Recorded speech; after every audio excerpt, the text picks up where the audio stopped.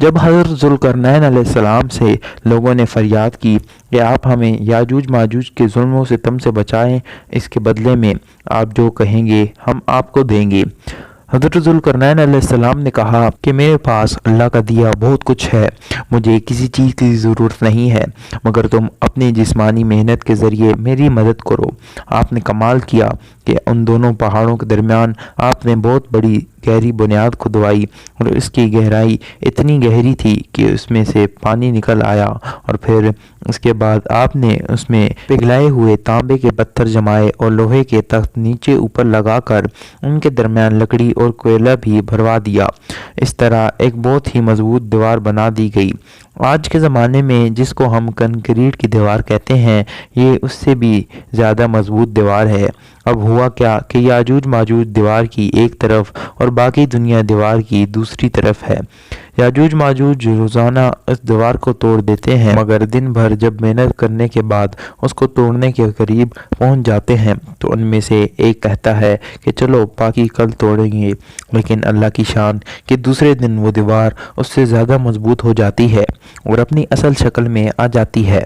پھر اگلے دن جب دیوار توڑنے کا وقت آتا ہے تو پھر کوئی کہتا ہے کہ چلو باقی کل توڑ لیں گے، دوسرے دن پھر ایسا ہوتا ہے، تیسرے دن پھر ایسا ہوتا ہے، مگر ایک دن آئے گا جب اللہ تعالیٰ کی رضا ہوگی کہ قیامت سے پہلے یہ باہر نکلیں گے، تو انہی میں سے کوئی شخص کہے گا کہ انشاءاللہ کل اس دیوار کو توڑیں گے، تو پھر جب وہ دوسرے دن آئیں گے تو انشاءاللہ کی برکت ظاہر ہوگی اور پھر یہ دیوار ٹوٹ جائے گی۔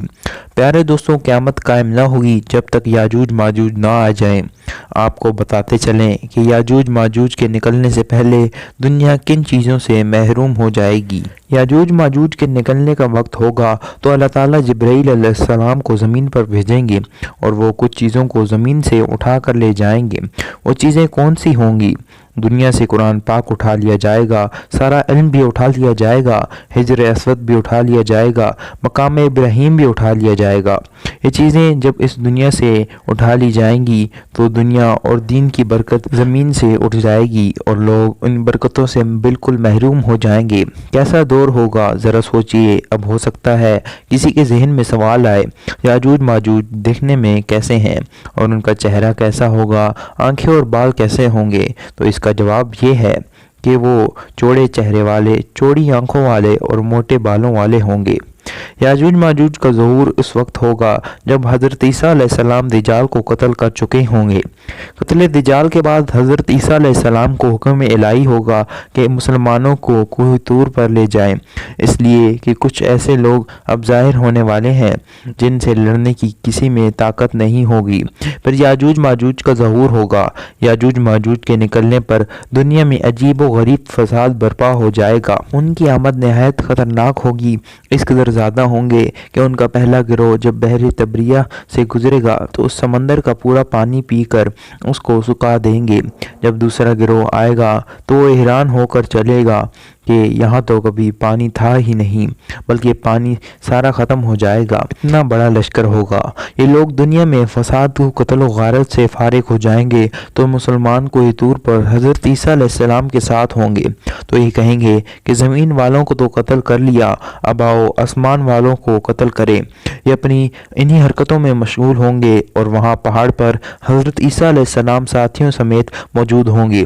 اس وقت حضرت عیسیٰ علیہ السلام اپنے ساتھیوں کے ساتھ مل کر دعا فرمائیں گے اور اللہ تعالیٰ یاجوج ماجوج کی گردنوں میں ایک خاص قسم کا کیڑا پیدا فرمائے گا اور وہ سب کے سب یکدم مر جائیں گے، اور ان کے مرنے کے بعد حضرت عیسیٰ علیہ السلام پہاڑ سے اتر آئیں گے اور دیکھیں گے کہ تمام زمین ان کی لاشوں سے بھری پڑی ہے، یعنی اتنی زمین پر لاشیں ہوں گی کہ زمین پر پیر رکھنے کی جگہ باقی نہ ہوگی اور بہت بدبو ہوگی۔ اب اتنے لوگوں کو کہاں اور کیسے دفنایا جائے؟ اللہ تعالیٰ کی شان دیکھیں کہ حضرت عیسیٰ علیہ السلام کی دعا کی برکت سے اللہ تعالیٰ کچھ ایسے پرندے بھیجیں گے جن کی گردنیں اونٹ جتنی ہوں گی، وہ یاجوج ماجوج کے ان جسموں کو اٹھا کر لے جائیں گے۔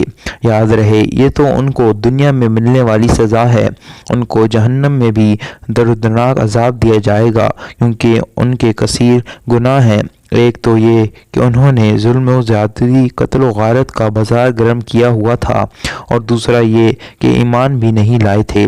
اس لیے اللہ تعالیٰ نے نافرمان بندوں اور اولاد ابلیس کے ساتھ دوزخ میں جائیں گے۔ ان کے مرنے کے بعد زمین امن و سکون اور برکتوں سے بھر دی جائے گی۔ اللہ تعالیٰ کی نعمتیں اس قدر زیادہ ہوں گی کہ روایتوں میں آتا ہے کہ ان کے مرنے کے بعد زمین پر بارش اتنی زیادہ ہوگی کہ زمین برابر ہو جائے گی، اور زمین کو حکم ہوگا کہ اپنی برکتیں اگل دے، اور آسمان کو حکم ہوگا کہ اپنی برکتیں انڈیل دے۔ تو برکت کا یہ عالم ہوگا کہ ایک انار کو ایک گروہ کھا سکے گا، اور دودھ میں سے یہ برکت ہوگی کہ ایک اونٹنی کا دودھ پوری جماعت کو کافی ہوگا، اور ایک گائے کا دودھ پورے قبیلے کو کافی ہوگا، اور ایک بکری کا دودھ پورے خاندان کو کافی ہوگا۔ گویا ہر چیز میں برکت آ جائے گی۔ یاجوج ماجوج کے مکمل واقعے سے ایک بات سوچنے کو ملتی ہے کہ زمین میں قتل و غارت اور فساد پھیلانے والوں کا انجام ہلاکت والا ہی ہوتا ہے۔ اللہ تعالیٰ ظالموں کو ایک دم ختم کرنے پر قادر ہے، مگر انہیں موقع عطا فرماتا ہے تاکہ وہ توبہ کریں اور جہنم سے نجات حاصل کریں۔ ویڈیو اچھے لگے تو چینل کو سبسکرائب کریں۔